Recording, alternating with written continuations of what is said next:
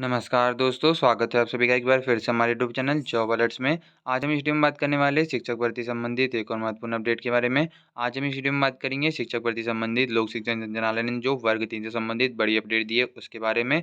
तो जो भी हमारे चैनल पर नए हैं या पहली बार हमारे चैनल पर आ रहे हैं, तो वर्ग 3 से संबंधित सारी बड़ी अपडेट या शिक्षक भर्ती संबंधित सारी बड़ी अपडेट पाने के लिए हमारे चैनल पर बने रहिए, हमारे चैनल को सब्सक्राइब कीजिए और वीडियो को अंत तक पूरा देखिए, क्योंकि जिलेवार यहाँ पर पदों की संख्या कितनी है उसके बारे में हम इस वीडियो में चर्चा करने वाले हैं। तो यहाँ पर आपको विषय पढ़ के मैं बता देता हूँ। शिक्षक नियोजन एवं नवीन संवर्ग में नियुक्तियों की जानकारी की समीक्षा करने के लिए ये पत्र यहाँ पर लोक शिक्षण संचालय द्वारा जारी किया गया है।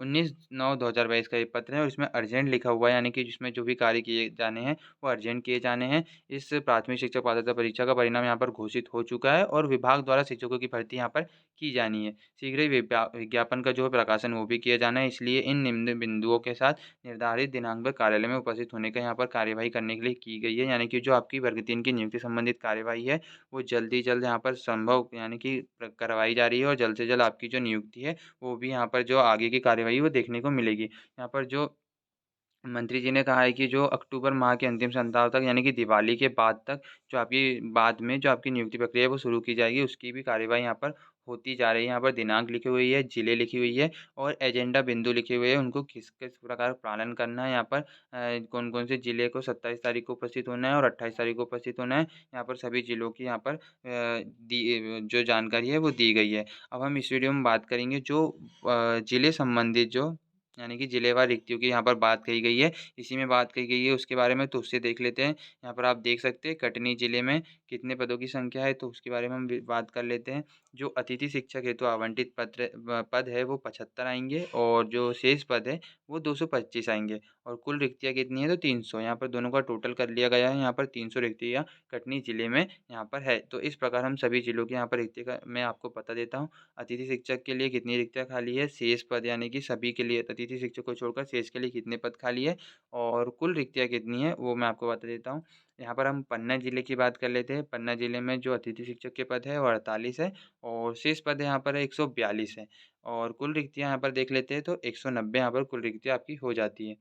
खंडवा जिले की बात करें तो अतिथि शिक्षक के लिए 40 पद यहाँ पर बताए गए हैं और शेष पद की बात कर लेते हैं तो 121 पद यहाँ पर शेष पद है और कुल रिक्तियों की बात करें तो 161 कुल रिक्तियाँ यहाँ पर आपको दिखाई जा रही है।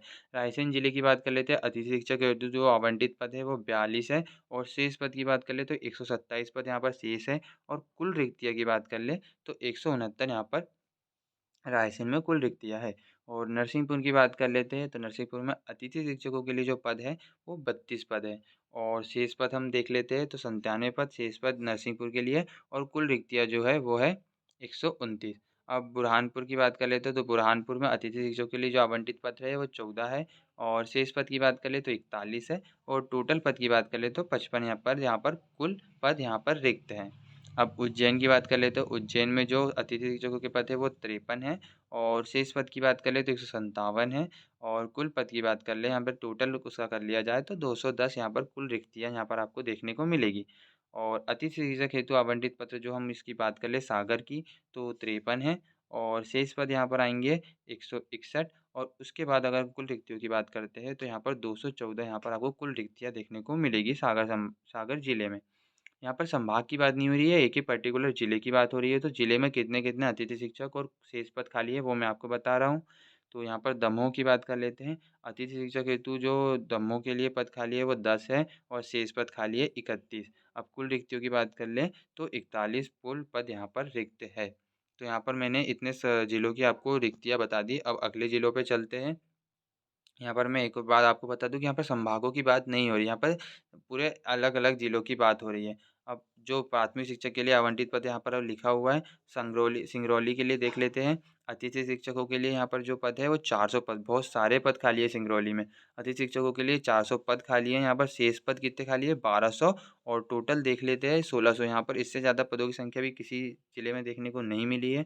सिंगरौली के देख लीजिए 400, 1200 और टोटल पद आप देख सकते हैं 1600 पद खाली है। शिवपुरी की बात कर लें तो यहाँ पर अतिथि शिक्षक के लिए 205 पद खाली है और शेष पद यहाँ पर 615 खाली है। कुल रिक्तियाँ हम देख लेते हैं 820 यहाँ पर कुल रिक्तियाँ आपकी खाली है शिवपुरी में। तो छतरपुर की बात कर लेते हैं, अतिथि शिक्षकों के लिए 212 शेष पद यहाँ पर खाली है 638 और कुल रिक्तियों की बात कर लें तो 850 यहाँ पर कुल रिक्तियाँ यहाँ पर आपको देखने को मिलेगी। अब अतिथि शिक्षक हेतु गुना की बात कर लेते हैं, 100 पद खाली है यहाँ पर और शेष पदों की बात कर लें तो 300 पद खाली है और कुल रिक्तियों की बात अगर हम करें तो 400 पद यहाँ पर टोटल खाली है।